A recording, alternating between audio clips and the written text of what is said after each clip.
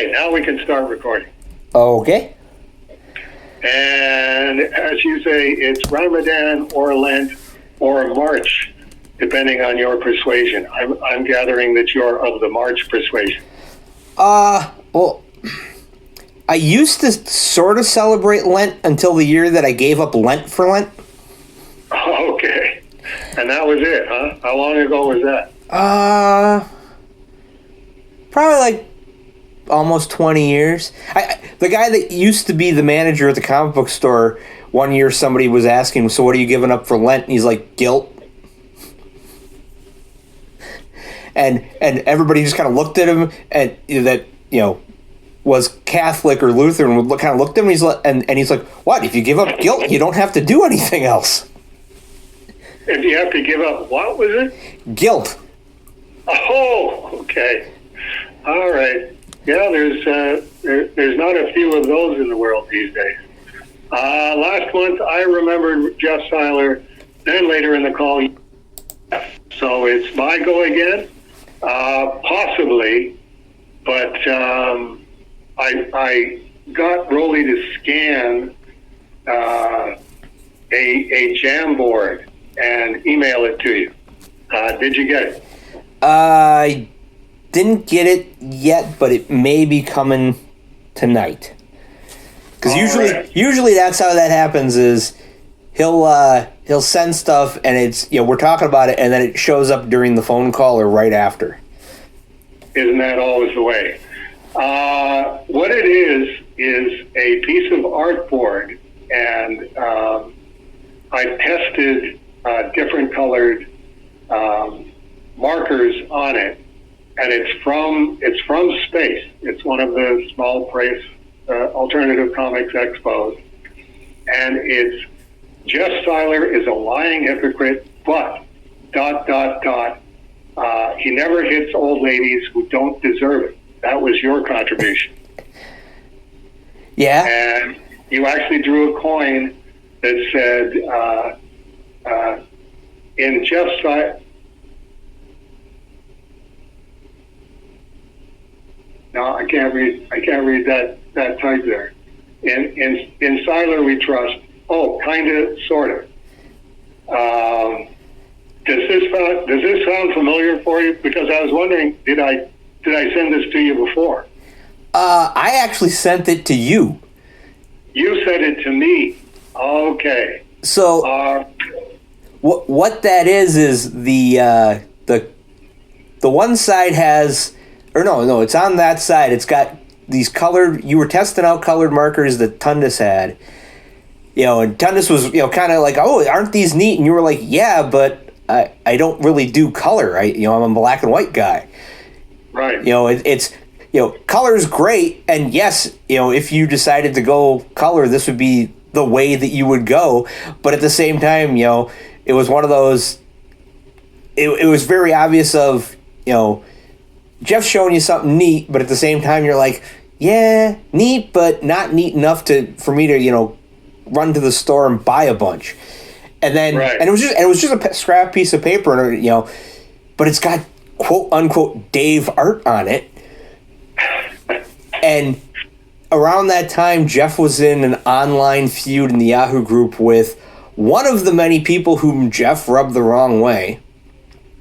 And we decided, okay, we'll send this piece of quote unquote original Dave art to this guy with testimonials from everybody about, Jeff's a lying hypocrite, but because that's, that's what it boiled down to is the accusation against Jeff is Jeff's a lying hypocrite. And it's, well, okay, you think he's a hypocrite because you disagree with him about whatever, right. And Jeff is very much, it's not like Jeff is being two-faced or anything. Jeff is very much, this is my position. This has always been my position.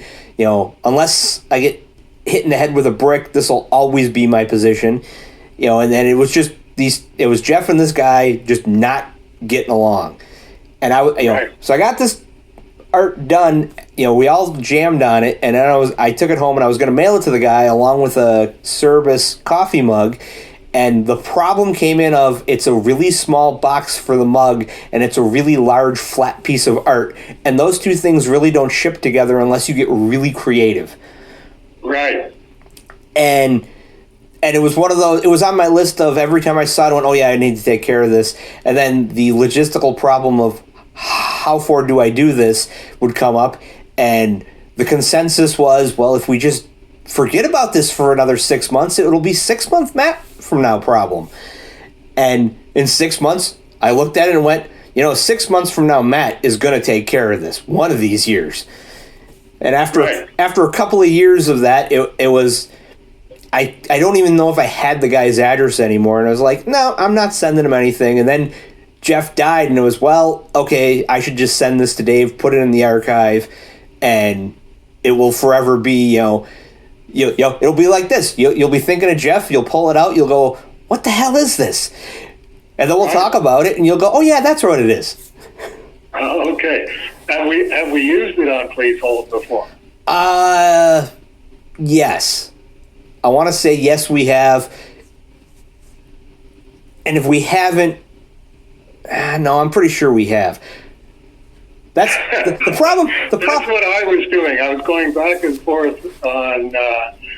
Well, it would depending on when we started doing the memorials for Jeff, which was like 2021, and when I got this, did it just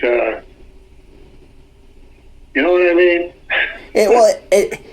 My problem with remembering Jeff is that all the good memories went first, and now we're, looking around, I'm getting to the point where it's like, okay, do I have a memory of Jeff? I have tons of memories of Jeff. Have I used that one before? Yeah, probably.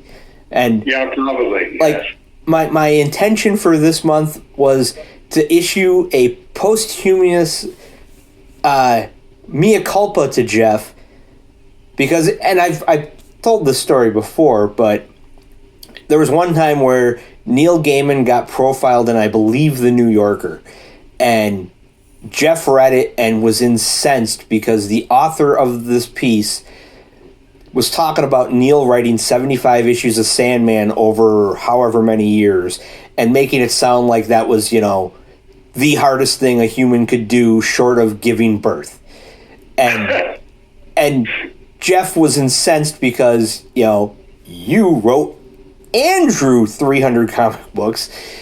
And, he calls me up to read this letter that he's sending in. And he's in full incensed Jeff mode. And he gets to the part about, there was one man who, and he finishes talking, describing you to this author that he's sending the letter and the editors, and he comes up for breath. I'm like, well, in the 1960s, Stan Lee wrote 8 comic books a month, and just kind of blew the wind out of Jeff's sails. And recently, my friend turned me on to a book called Stan Lee Lied, and the book is every lie Stan told in the origin of Marvel Comics. And it's not just that Stan lied. Ouch. This is the story Stan told. This is the as close to the factual record as we can produce based on, if you look at the entire history of Timely Comics up to Fantastic Four #1, and you look at the entire history of Marvel Comics from Fantastic Four to 1970, Fantastic Four #1 to 1974 when Stan moved to Hollywood. There you can build a timeline, and this is what the story Stan tells, and this is how it's factually inaccurate.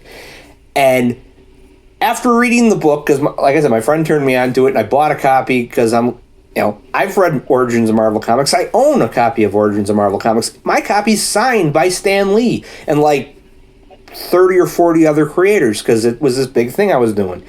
And reading the book, I'm going, yeah, how could nobody put 2 and 2 together on that one?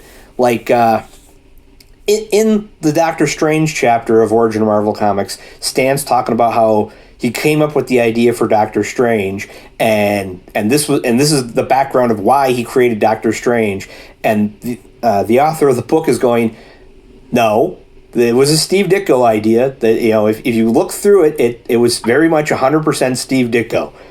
You know, Steve. Right. Steve. The other thing is the guy's name is Chaz Gower, and he goes through of, this is the Marvel method. The artist comes in, has a short plot session with Stan, goes home and writes and draws the book in pencil, hands it into Stan, who then pencils in the dialogue, and then it goes to the inker and the letterer.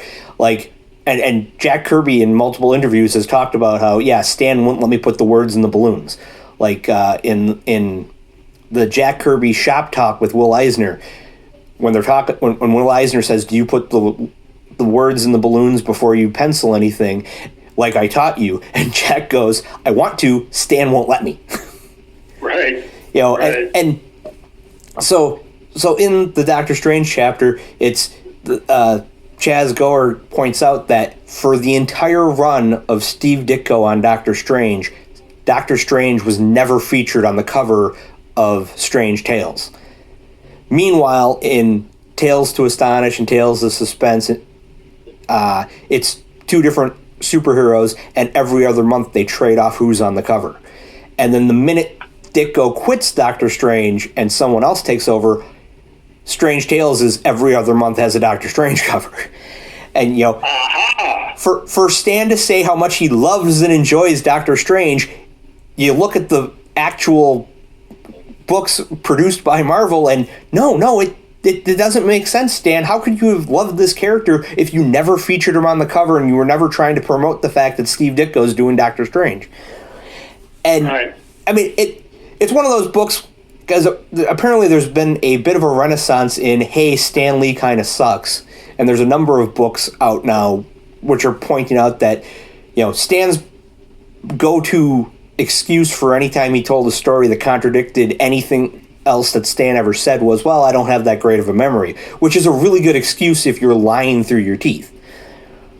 Or it's an absolute confession. I mean, it's just the fact that, I don't know, it's very possible that he fried his brain putting that much dialogue into that many comic books, and it just burned out the historical circuit, because it is an arduous thing to do. And I have to say, on the occasions that I do read a Stan Lee scripted primo Marvel comic from the 1960s, it's like nobody else knew how to write comics like this. I mean, the fact that you know, all of the balloons and all of the captions are really overstuffed, but in terms of, you know, the 12-year-old kid sensibility that he was appealing to, it's like there's nothing better than Captain America in midair kicking a guy in the head, and then you know, explaining what he's just done and where he came from and where he's planning to go next. And hey, I wonder where so and so is, who then shows up in the next panel. And it's like, that's a real job skill. I've always wanted to try and do that sometime. I think Ninja High School is going to be like that, because there's a bunch of pages that Ben Dunn has completely finished, but there's no dialogue on them. So that's the situation I'm going to be in. Here's Ben's original script and outline for page 23, and here's Ben's finished page 23. Okay, take it away, Dave. Write word balloons and captions that are hopefully rib-ticklingly funny, and at the same time are moving the story along and look like they fit where they're supposed to be. So yeah, that would be the first time of my trying to do that. The idea of somebody doing 8 of those a month that's cruel and unusual punishment. Well, and that's, I mean, it's one of these, I read this book and I'm going, okay, I have a very bad empathy where I'll read something and I 100% believe what you're telling me. And then I read something that's the polar opposite and I'm like, well, no, I feel kind of lied to, and it's not that I don't have a bullshit detector. It's just that, I will earnestly believe whatever someone tells me, and when someone tells me the opposite, it's not that I believe the second person. It's just the first guy said this, and I see no reason why he would lie. So unless you can point out why it's a lie, I'm gonna still believe the first guy. And right. and I freely admit it gets really confusing when you get two different accounts and it's somebody's lying, and it's like, well, that's. I'm a firm believer in there's three sides to every story. Your side, their side, and the truth. Your side might be close to the truth. Their side might be close to the truth. And or the truth might have nothing to do with what either of you guys are talking about. Right. But going back to Jeff, so my mea culpa to Jeff is that I'm sorry to suggest that Stan is somehow better than Dave and better than Neil Gaiman. Based on the information I've just gotten, I'm going to say, Neil wrote 75 issues of the Sandman over how many years? It wasn't even monthly because there were shipping delays, blah, blah, blah, which is what Jeff's point was. And I'll counter that by saying, but Jack Kirby wrote and drew 150 pages a month for how many years? Right. I mean, it's one of those credit where credit is due. Writing 75 issues of Sandman is more comics than I've written. It's more comics than Jeff had ever written. It might even be more comics than Jeff had read in a year. I mean, well, and it's also a long story. I mean, Neil interviewed me when he was a reporter in England, and one of his questions was, what if you come up with a story that you want to tell that doesn't fit Cerebus? And evidently I said, well, get a hammer and jam it in there so that it does fit, which was sort of a glib remark. But I think one of Neil's takeaways was, I want to do that, but I don't want to do it for 26 years. So how much am I going to do it? And, did hit on the 75 issues thing, which is, a quarter of what I did on Cerebus. But it's still a monumental piece of work to do that, to do one coherent story, which is very different from, it's 15 years later on Captain America, and he's still the same age, and he's still doing the same thing, except for these 5 reboots where we decided, okay, this doesn't apply and this doesn't apply. It's, that's the intellectual property this discussion where, both Neil and I were trying to do something that was closer to a novel, like a graphic novel with that sensibility to it, as opposed to 75 Ronald McDonald comic books that you wrote because you were getting paid to write Ronald McDonald. It's two different sensibilities, and it's comparing those and saying, well, you're diminishing Dave is like saying, you're diminishing whoever, Ernest Hemingway, because this Hemingway novel isn't as long as War and Peace, and it's like, well, War and Peace and War and Peace, and pick your favorite Hemingway novel is the length that it is because that's what that person chose to do. Okay, I think we definitely remembered Jeff. I will leave it to you to post the scan that Rolly sent to you. A couple of my favorites on it are Margaret Liss wrote, we can call him Slambo Ascrap, and he agrees with us. Paula wrote, he is my space hubby, he. Yeah. There you go. It's we both had our chance with Jeff on this. Please hold for Dave Sim.